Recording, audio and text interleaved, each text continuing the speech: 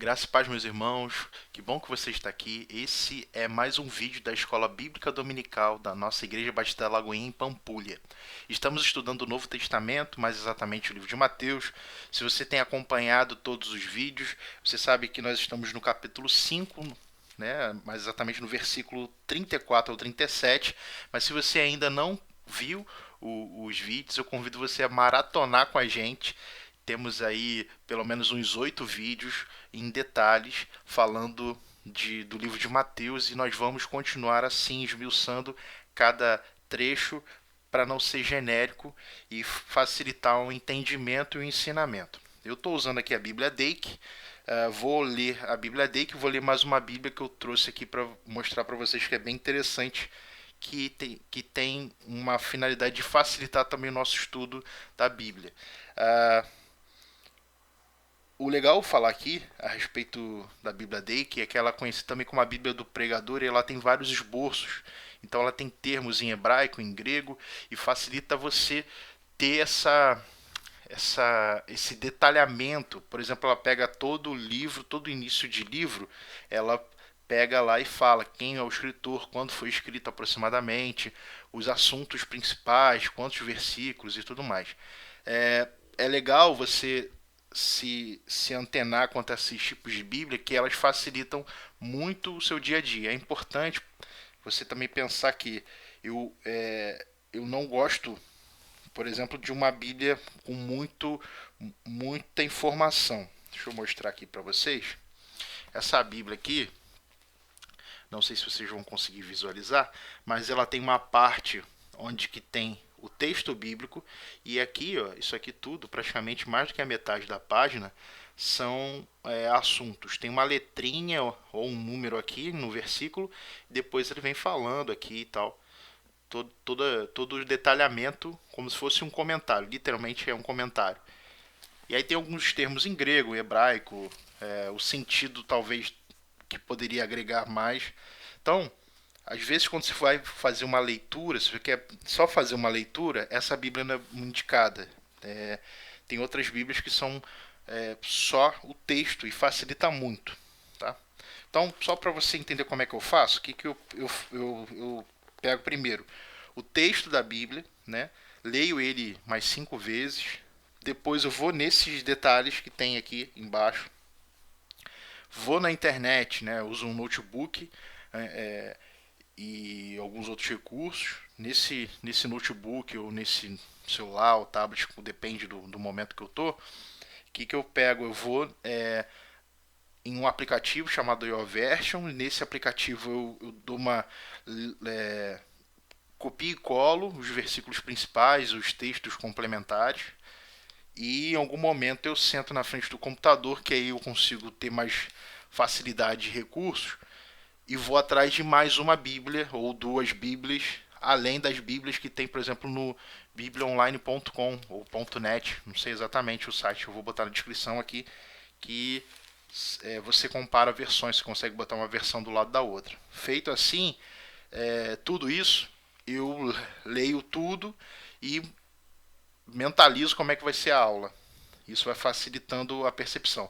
Isso é para dar aula, mas é a mesma forma que eu faço quando eu vou estudar um livro ou um assunto específico, né?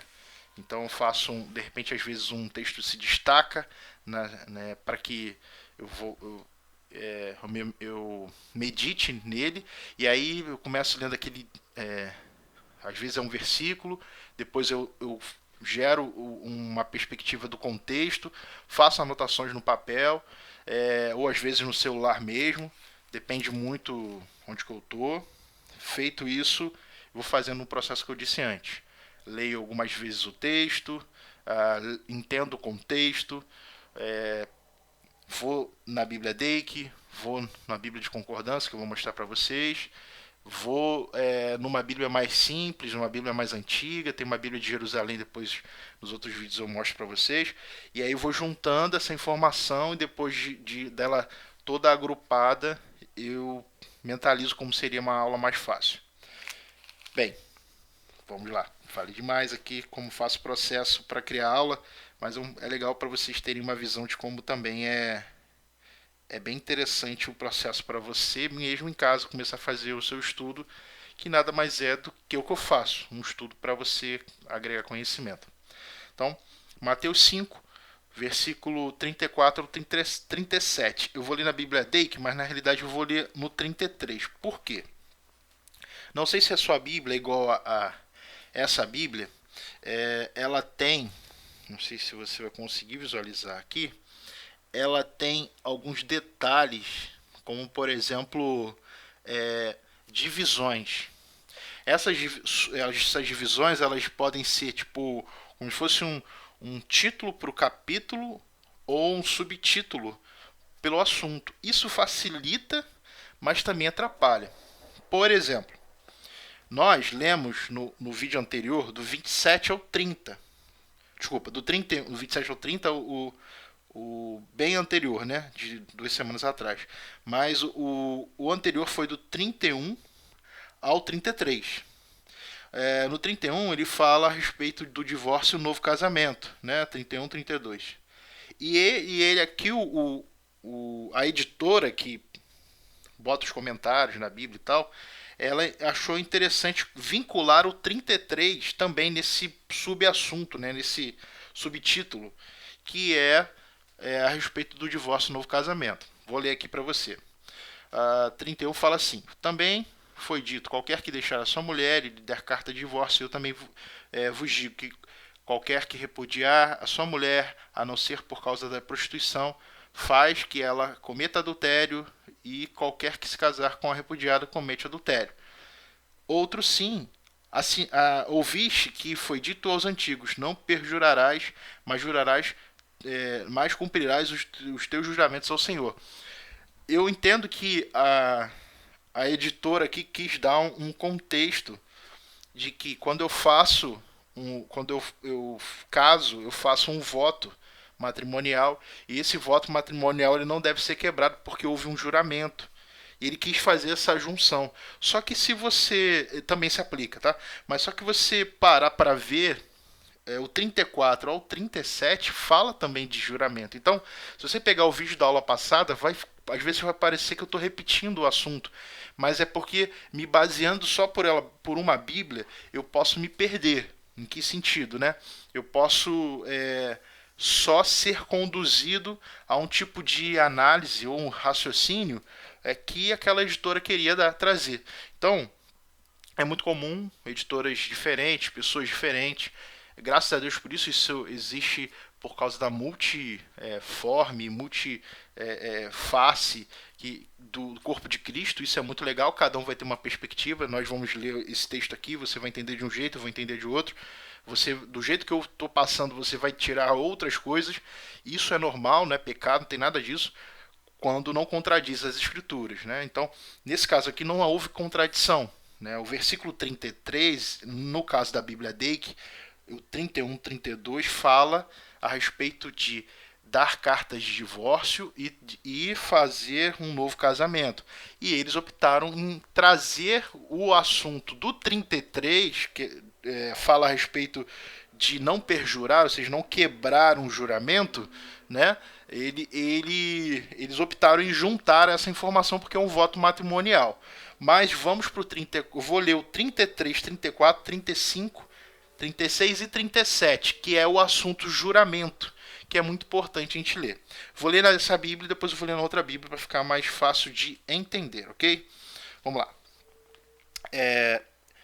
O 33, Mateus 5, 33. Outro sim, ouviste que foi dito aos antigos: não perjurarás, mas cumprirás com os teus juramentos ao Senhor.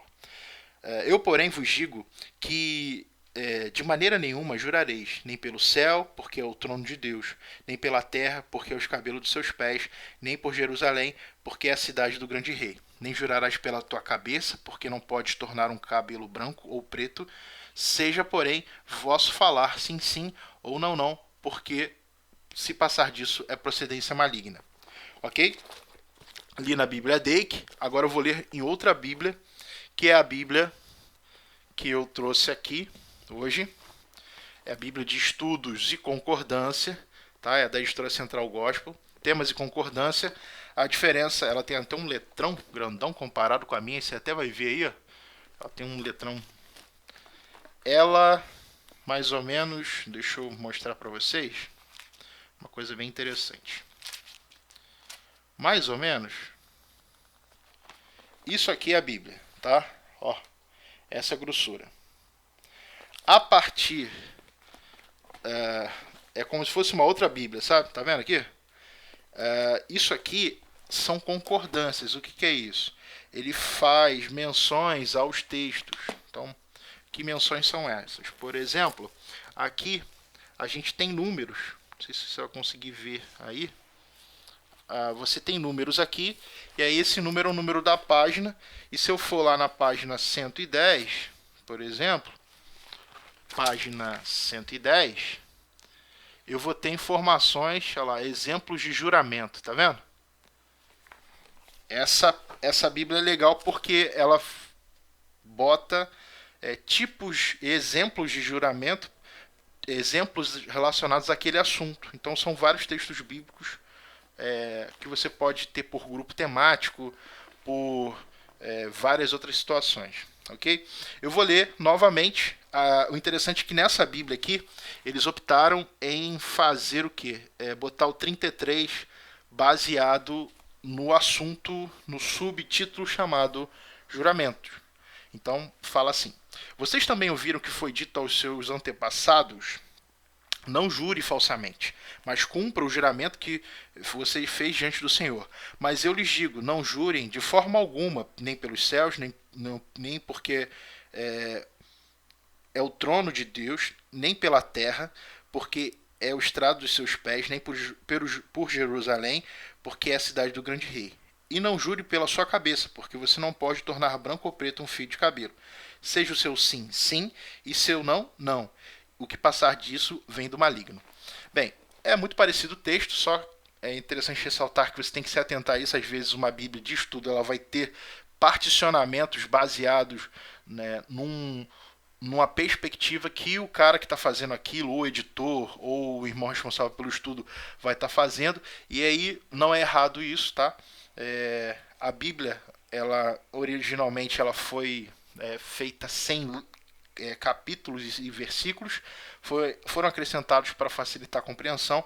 Mas, além disso, é importante perceber que não há pecado nenhum de fazerem comentários bíblicos. Você faz comentários bíblicos, talvez você não tenha estado um texto, né? Mas você faz comentários por livre liberdade, né? De interpretação, de direcionamento, enfim. Isso é importante falar. Bem, mas Mateus ele toca num assunto que é muito importante, nesse caso, o 33 em diante, até o 37, que fala a respeito de jurar. Né? E o árabe e o judeu tinham, o israelita, tinham um hábito constante de fazer tais juramentos. Né? Então, Levítico 19:12 é um texto complementar a esse que a gente está vendo, que fala uma coisa bem interessante. Não façam juramentos falsos pelo meu nome, pois vocês estariam profanando o nome do seu Deus. Eu sou o Senhor. Toda vez que você ver na Bíblia, quando ouvir essa expressão eu sou o Senhor, é a mesma expressão que Deus utilizou para falar com Moisés. Né? Falar com Moisés foi o seguinte: quem é o Deus que está me enviando? Que ele fala lá em Êxodo. Aí ele está fazendo a menção do nome de Deus. Interessante é que Deus, a Bíblia diz que Deus não é mentiroso, não é filho do homem para que minta, nem que se arrependa. E quando ele fala o seu nome, ele está querendo trazer uma autoridade e um reforço. É como se fosse falar o seguinte: isto é verdade.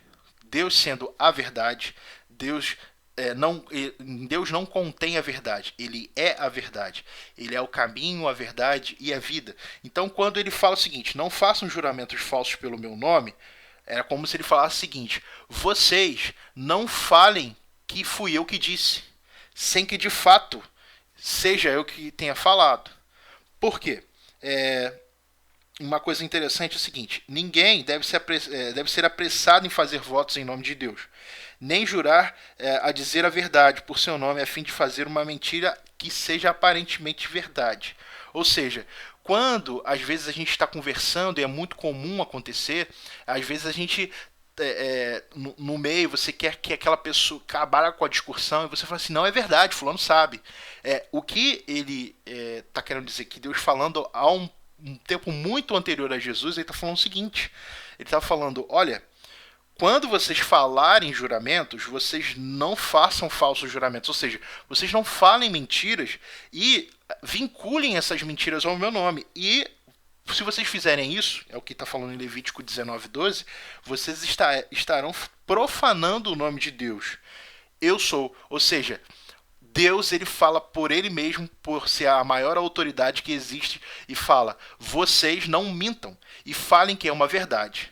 Vocês não devem fazer esse juramento ou essa informação passada e para que eu tenha como se fosse uma assinatura minha, você fala que o meu falando a respeito que fui eu que eu falei, ou você por ser o meu servo ou o meu povo, vocês usam o meu nome para tipo dar lá a carimbada. Antigamente os reis, quando mandavam cartas, eles tinham um selo, né? O selo ele era feito talhado na madeira e tinha a eurádica, se eu não me engano é o nome, do rei, né? Em filmes medievais você vai ver muito o brasão da família, chama, se eu não me engano, eurádica. Esse brasão ele estava entalhado num pedaço de madeira, e aí fazia aquele rolinho de pergaminho, botava a cera e vinha com ele falando aquele selo era do rei. E quando alguém o mensageiro fosse entregar, a primeira coisa que a pessoa via era se aquele selo ele estava feito, ele estivesse intacto. Se ele não estivesse intacto, geralmente o mensageiro morreria, porque ele foi alguém que ele pegou aquela informação que era sigilosa de uma autoridade passando para outra e violou para ver o que tinha. Isso quando Deus fala que novamente afirma eu sou, quando ele termina de falar, não faço juramentos falsos pelo meu nome, pois vocês estariam profanando o meu nome, é como se ele desse um recado e selasse com o nome dele. Entende? É como se o nome de Deus para o judeu é algo muito cuidadoso. Tanto é que na forma de linguagem deles, eles não falam eu, porque a palavra eu, na linguagem deles, faz uma menção como se eles estivessem usando partícula do nome de Deus, porque para eles Deus se chama, não é Yahvé, não é Jeová, Deus se chama algo parecido como eu sou. Assim como Deus se revelou a Moisés, o eu sou, como se ele falasse o seguinte: eu não posso usar o eu, não, eu fiz isso, eu fiz aquilo, porque eu estaria usando parte do nome de Deus. Então entram umas outras discussões, mas o foco aqui, nesse sentido, é que ele está como se botando um selo da garantia, da autoridade dele nessa palavra. E você vai ver várias vezes acontecendo isso nas Escrituras, principalmente no Antigo Testamento, quando Deus falava através de um profeta ou passava um ensinamento através de alguém e ele reforçava com o seu nome, eu sou. Ok? Vamos continuar aqui. Tiago 5,12 fala uma coisa muito interessante. Acima de tudo, meus irmãos, não jurem nem pelo céu, nem pela terra, nem por outra coisa qualquer, mas que o sim de vocês seja sim e o não de vocês seja não, para que vocês não incorram em condenação. Olha que interessante. Tiago está usando parafraseando uma frase que Jesus falou no Sermão da Montanha, ele reafirmando na carta dele aos irmãos que a receberam, e a nós também, né? Mas uma coisa que me chama a atenção é porque ele fala assim: acima de tudo, meus irmãos, não jurem nem pelo céu, nem pela terra, nem por outra coisa qualquer, mas o sim de vocês seja sim, o não de vocês seja não, para que vocês não incorram em condenação. É porque judeus e árabes haviam um costume muito interessante e era muito corriqueiro, muito repetitivo. Assim como o mineiro fala nu, né, ou trem, sou, imagina que numa conversa era muito comum para assim como também o carioca fala cara, é isso aí, parceiro, né? Era um vício de linguagem, digamos assim, e muito comum que era que eles faziam o seguinte, no meio das discussões, eles falavam o seguinte, eles faziam juração, não, pela terra aqui, pelo céu que está na minha cabeça, eles faziam juramentos por Jerusalém, faziam juramentos pela família. Já viu pessoas que falam assim, não, pela felicidade dos meus filhos. Olha, peraí, você tem total domínio da felicidade dos seus filhos, você tem total domínio da vida dos seus filhos, do início até o final dela, ao ponto de você interferir, falando o seguinte, eu vou evitar esse problema, vou trazer essa coisa boa, vou evitar essa pessoa na vida do meu filho. Você pode até fazer isso por um período, mas você não tem você pode até ter autoridade por um determinado tempo, mas você não tem poder de controlar todas as variáveis que vão estar na vida do seu filho, ou na sua vida, ou no caso, como eles tinham até hábito de fazer, eles juravam, não, pela minha mão aqui, minha mão direita, minha mão esquerda, pelo meu pé, pelo meu corpo, eles tinham hábitos e era como se fosse um vício de linguagem para que reafirmassem, né, que aquilo que eles estavam falando era muito sério. Por exemplo, eu estou conversando com um irmão e falo, não, isso é verdade sim, eu juro pelo meu braço, porque se não for verdade, pode tirar meu braço aqui. Você já viu gente falando assim? É um costume que algumas pessoas têm, que naquela época também tinha, e acabava gerando o seguinte, como é que eu, mesmo sendo alguém extremamente cuidadoso com a minha vida, posso jurar, por exemplo, pela minha vida? Se eu não sei nem quando eu vou, daqui a 10 segundos, se eu vou estar vivo. É isso que Cristo está confrontando aqui.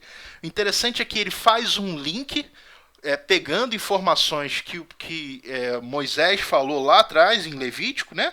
Só que a gente leu agora Tiago fazendo um link de uma orientação que ele recebeu nesse lugar de Mateus 5. Ele está ouvindo uma informação fresquinha e depois ele está repassando isso. E é isso que um discípulo de Jesus tem que fazer. Ele tem que ter comunhão com o seu mestre, aprender de Jesus e assim compartilhar a informação. Isso é muito importante. Então, quando o Tiago está querendo confrontar aqui, ele está querendo confrontar assim como Cristo. Você, judeu, você que está me ouvindo, que tem mania de jurar por isso, por aquilo, peraí, não faz, não fala. Por exemplo, o cara deveria fazer situações comerciais no dia a dia. Jesus está tocando aqui no dia a dia das pessoas. Então, digamos, o cara, não, olha só, eu vou te pagar o que eu te devo sim, daqui a uma semana, e eu juro pela felicidade da minha família que o meu... a minha motivação não era essa, blá blá blá. Era um papo meio assim, era um somebody love, né? Meio assim, com o objetivo de quê? De trazer uma autoridade de confirmação. Só que era tão comum eles fazerem isso e quebrarem os seus votos que Jesus tem que ressaltar isso na lei dos cidadãos do reino dos céus. Nós, quando nascemos de novo, nós não mentimos mais, nós procuramos não mentir mais. É uma atitude, pode acontecer de alguém mentir? Sim, porque pode ser uma falha no meio do caminho, né? Você pode tropeçar, você está correndo, se embaralhou com um cadastro e caiu.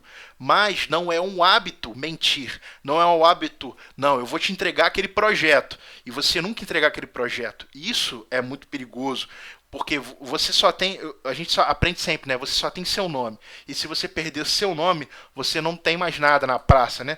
Na realidade, no reino dos céus é diferente. Você só tem a sua palavra. Para que a sua palavra seja algo poderosa, você não vê Deus falando sempre. Porque se Deus falasse sempre nas escrituras, por exemplo, você vê no início, né? Haja isso, e ouve. Certo? Você olha lá em Gênesis, e Deus falou, haja divisão entre isso e aquilo, haja seres viventes, haja luz. E qual foi a consequência da palavra de Deus? Ouve. Certo? Ele falou, vou criar inimizade entre o homem, o filho da mulher e a serpente. E ela calcará a sua cabeça e a serpente morderá o seu calcanhar. Ali, que a gente chama de proto-evangelho, ou seja, um resumo, um resumão do que iria acontecer. E ele já estava prometendo que enviaria seu filho por nós, né? Isso era uma perspectiva e uma promessa a respeito do que Jesus faria, né? E quando ele fala isso, ele não poderia em nenhum momento depois desfalar. Existe uma expressão na Bíblia que fala que existem algumas coisas que não se pode voltar. A flecha proferida, né, a flecha atirada da mão do valente e a palavra proferida. Quando você fala, existe um peso e uma responsabilidade. Quando você deixa de cumprir o que você fala, na realidade você está dando mau testemunho. E conforme, olha a responsabilidade que existe nisso. Você nasceu de novo. Você é cidadão do reino dos céus. Você tem a responsabilidade de viver conforme a lei do reino dos céus. Mas o reino dos céus não é visto por qualquer pessoa. O reino dos céus ele não foi estabelecido ali como não, agora está entrando o rei da glória aqui, os cavalos, todo mundo para. Não, é um reino espiritual. Então quando você quebra leis espirituais, as consequências são espirituais e que reverberam na nossa vida física. Você é um espírito que tem uma alma e que tem um corpo. Você não é uma alma, um corpo e um espírito. O seu foco não é mais só a terra. O seu foco é o seguinte: eu vivo como peregrino na terra, cumprindo as leis e regras do reino dos céus, porque eu estou peregrinando aqui até que o meu rei me chame para que eu vá para o descanso. É essa a mentalidade. E como eu sou esse cidadão, eu devo viver também isso, porque quando eu falar a respeito do reino, eu não só falo, eu confirmo com os meus atos. E quando eu falo e não cumpro, talvez a minha palavra nunca seja de peso e de responsabilidade. É isso que Jesus está querendo trazer aqui. Então, vamos ler outro texto muito interessante em Salmos 15, um salmo no Antigo Testamento, que fala umas coisas bem interessantes. Olha só. Senhor, quem habitará no seu tabernáculo? Quem poderá morar no seu santo monte? Aquele que vive com integridade, que pratica a justiça e de coração fala a verdade. Aquele que não difama com a sua língua, não faz mal ao seu próximo, não lança injúria contra o seu vizinho. Aquele que os seus olhos têm por desprezível ao que merece reprovação, mas honra os que temem ao Senhor. Aquele que jura e cumpre o que prometeu, mesmo com prejuízo próprio. Aquele que não empresta o seu dinheiro com usura, nem aceita suborno contra o inocente. Quem age assim não será jamais abalado. A gente está lendo um salmo, onde que fala de literalmente quem habitará no teu tabernáculo. Talvez aqui o escritor ele está tendo uma perspectiva de um tabernáculo terreno, que houve um tabernáculo terreno. Mas o tabernáculo terreno que Moisés viu, a Bíblia fala que ele construiu na terra aquilo que ele viu no céu. Na realidade, a visão que ele teve no monte, Deus revelou a ele nos dias que ele ficou no monte em comunhão com o Senhor. Quando nós vemos o tabernáculo, ele aponta todo ele para Cristo. Ele aponta todo ele para algo que viria. Ele aponta o altar de sacrifício, o altar da expiação, o incensário, a arca da aliança, que é a presença de Deus. Ele faz toda uma menção, a gente pode até estudar isso em algum momento aqui, mas o interessante é o seguinte: o tabernáculo aqui também não se aplica somente àquele tabernáculo físico, mas ele se aplica no lugar onde que Deus mora. Quem vai habitar com o Senhor? É isso que ele está falando lá em Salmos 15, 1.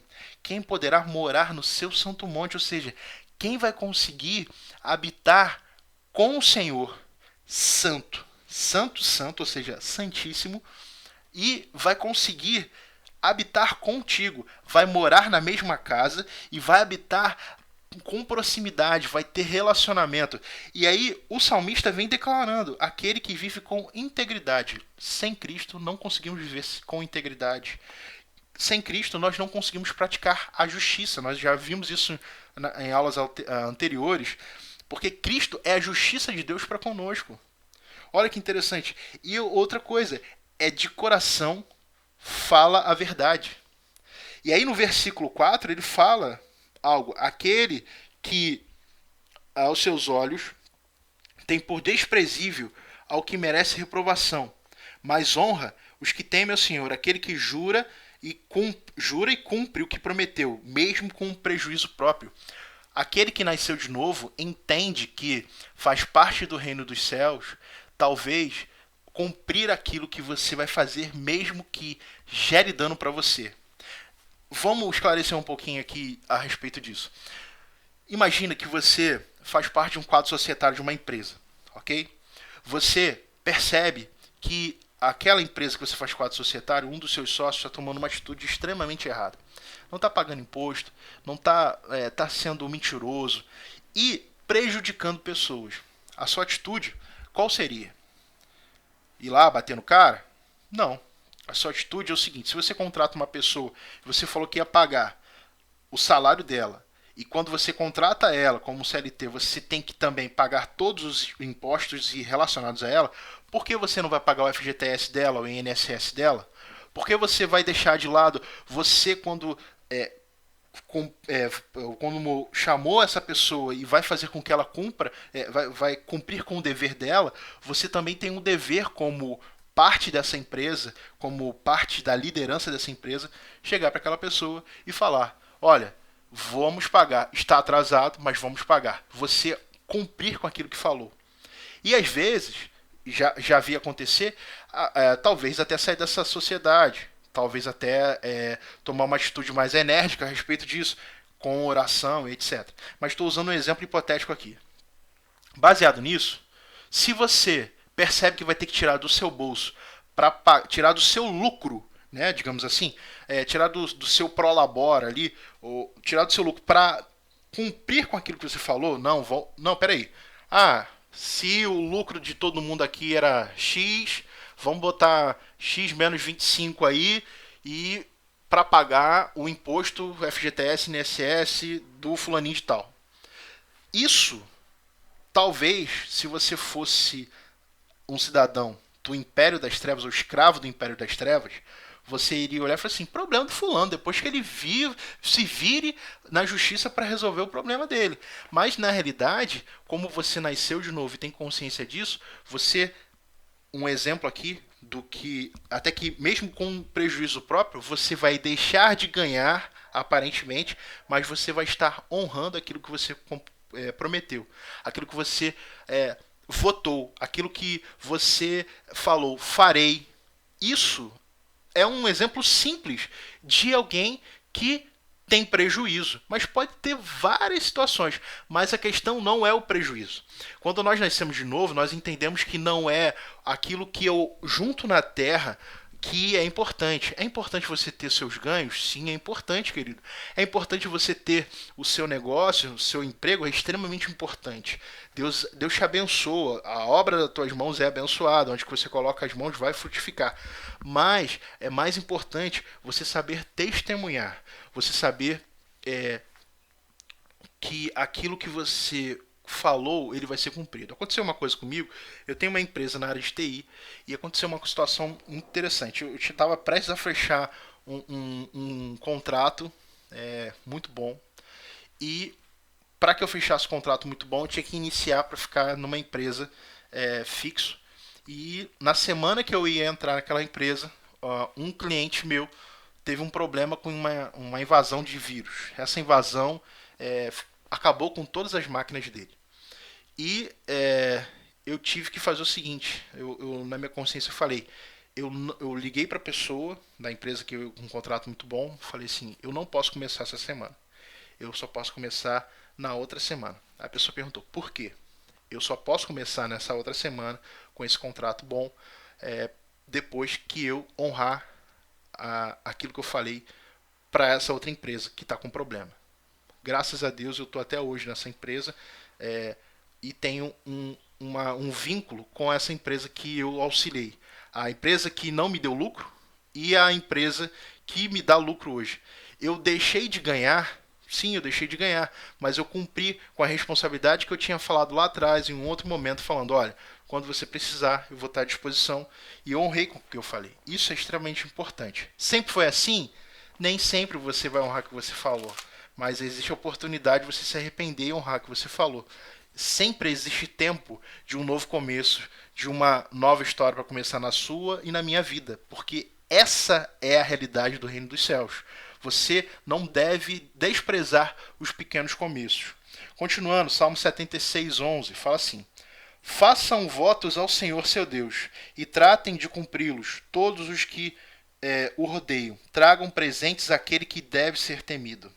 Interessante pensar o seguinte: ninguém é obrigado a fazer votos a Deus, mas a partir do momento que você o fizer, torna-se responsável por ele, a menos que se arrependa ou seja perdoado daquilo que você falou que iria fazer e não conseguiu cumprir.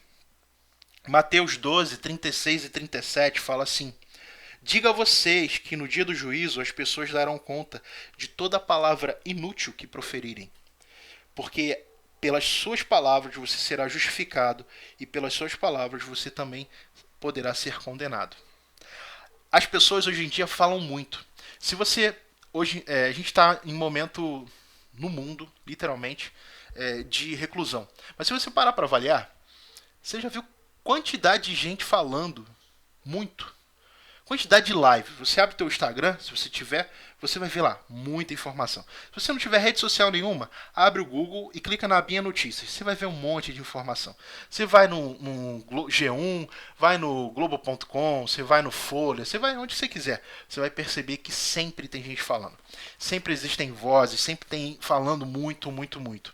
Você possivelmente deve ter um WhatsApp ou um Telegram, e nesses grupos você vai ter, nesses aplicativos você vão ter grupos e muita gente falando, todo dia você ouve muita gente falando. Antigamente o pessoal falava que estudos, né? Estudos falam que mulheres falam mais do que homens. Mas se você for, às vezes for perceber, tem grupos que só tem homem e fala e tem mais de 200 mensagens lá por ler e parece que as pessoas não trabalham. É um mal do século você botarem você num grupo que você não quer participar e quando você sai, a pessoa ainda que botou você ainda fica chateada com você, porque eles querem falar. As pessoas não têm consciência de que tudo aquilo que a gente fala tem um peso. Tudo aquilo que eu falo tem um peso. Eu sou carioca, como muitos irmãos sabem, vim com a minha família para cá e para fazer o seminário Carisma. E tem sido muito edificante. A gente deu uma parada por causa da nossa filha que nasceu, mas uma coisa que eu aprendi no seminário que me assusta é que quanto menos eu falar, melhor. Parece estranho, mas é a realidade. Quanto mais você fala, querido, mais você tem chance de errar. Porque você fala demais e ouve de menos. Né? Tem pessoas, tem eu esqueci de onde que é esse provérbio, mas fala que o ouvir é ouro e o falar é prata. Né? Só que às vezes as pessoas acham que gostam de distribuir prata para todo mundo. Né?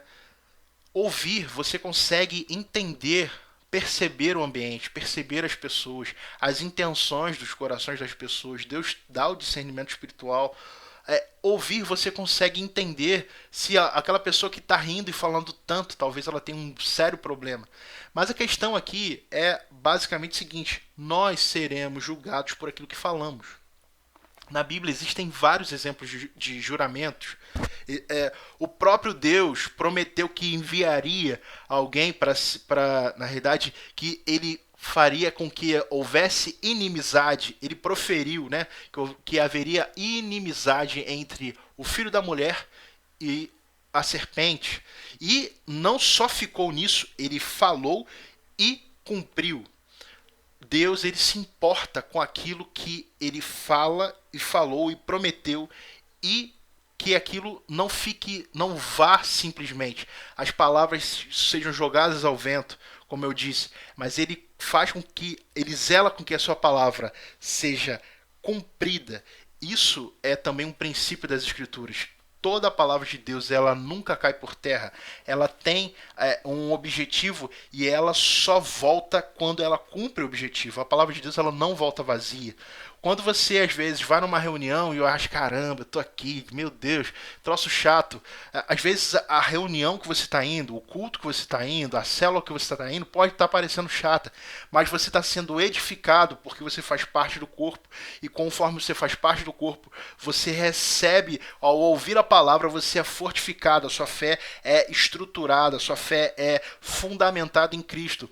E você, ouvindo a palavra, você ouve promessas e aquilo gera esperança no teu coração. Ao ouvir aquilo, você não é desamparado porque você está confiando em Deus. E hoje em dia a gente fala muito. Hoje em dia a quantidade de pessoas fazendo coaching não tem problema nenhum com isso. Neurolinguística para saber exatamente quem é quem. Várias técnicas psicológicas para que gatilhos mentais, né, modelos mentais. Ah, você não está conseguindo executar tal coisa porque isso, porque aquilo. Não tem problema nenhum, querido. Não tem problema nenhum você ter conhecimento do Egito, né, de coisas que não sejam da parte de Deus teoricamente, no sentido de não estar na Escritura. Você não tem problema nenhum de ter uma profissão, não tem problema nenhum de você falar bem e se expressar nas suas redes sociais. O problema é o que você fala. O problema é o que eu falo. Quando eu falo algo aqui, eu tenho que zelar para que aquilo se cumpra. E às vezes eu não vou conseguir zelar, se não houver a graça de Deus para que eu consiga me permanecer de pé. Talvez essa palavra hoje para você é um desafio. Você conseguir não quebrar aquilo que você jurou. Existem vários tipos de juramento. Legal dessa Bíblia é que ela tem uns temas interessantes. Essa Bíblia aqui de concordância. Por exemplo, 1 Samuel 20, do 1 ao 3 e do 8 ao 10, fala a respeito de juramento de amizade de Samuel e. Desculpe, de Jonatas e Davi. Por exemplo, um juramento para prevenir contra a violência, que é 1 Samuel 19, do 6 ao 7. Outro exemplo é para proteger a posteridade, quando Saul fez com que Davi jurasse que não iria matar a posteridade dele. 1 Samuel 24, versículo 21 e 22. Também existe a questão do juramento de morte. Né? Olha, eu juro que eu vou matar fulano de tal. Tem isso na Bíblia também, 1 Samuel 14, 39. Existem também juramentos a respeito do próprio Cristo. Mateus 23, do 15 ao 22, fala a respeito dos fariseus e fazendo um juramento a respeito deles. Ai de vocês, mestres da lei, fariseus hipócritas, porque percorrem a terra e o mar para fazer um convertido, e quando conseguem, vocês tornam 2 vezes mais filho do inferno do que o de vocês. E ele segue num discurso bem pesado. Juramento a respeito de palavras a respeito de proibição de juramentos, e assim vai. A Bíblia é muito, muito interessante porque ela consegue fazer esses vínculos, e graças a Deus pelos homens e mulheres que se dedicaram ao estudo. Mas o que eu quero chamar a sua atenção é: o que você jurou e você não cumpriu? O que eu jurei e o que eu não cumpri? O que eu falei e não cumpri? Porque você pode jurar, você pode prometer. Tanto é que o casamento é um voto. Né? Eu voto para que eu me permaneça com aquela pessoa. Ou eu faço um contrato e tento cumprir aquele contrato. É uma forma de jurar, uma forma de empregar sua palavra. Aquilo que a gente fala, a gente tem que cumprir. E Jesus está trazendo isso para aqueles ouvintes da época, ao ponto que ele ficou tão impresso no coração deles, que Tiago, anos e anos mais tarde, ele fala a respeito que o seu sim seja sim e o seu não seja não, porque se passar disso é procedência maligna. Nós temos que tirar tudo aquilo que é do maligno em nós, tudo aquilo que é não só do maligno, mas do sistema desse mundo. Para isso, eu tenho que renovar a minha mente, o que Romanos 12 fala. Nós não podemos deixar que a nossa mente seja moldada a esse mundo. Se você falou que vai cumprir o seu aviso prévio, honre a sua palavra. Se você falou que vai pagar sua dívida com o banco, não entra nessa assim, é banco, pessoa física, pessoa jurídica, dane-se. Eu prefiro dever banco do que dever gente. Querido, se você é filho de Deus, você tem que pagar aquilo que você deve. Eu tenho que pagar aquilo que eu devo. Eu ia vender o carro, deixei de vender. Tem gente que vive de rolo. Só que o texto que a gente leu é extremamente importante, que me faz temer. Digo a vocês, no dia do juízo, as pessoas darão conta de toda palavra inútil que proferirem. Inútil é que não tem utilidade, é que não tem serventia. E ele continua: porque pelas suas palavras você será justificado, e pelas suas palavras você será condenado. E Deus nos dê graça e nos dê favor para que nós consigamos entender exatamente o que eu preciso deixar de lado que é inútil e honrar as minhas palavras ao ponto de eu conseguir ser justificado por elas. Que Deus te abençoe, que eu espero que essa aula tenha te edificado. Comente, compartilhe essa aula com os outros. Em nome de Jesus, até semana que vem.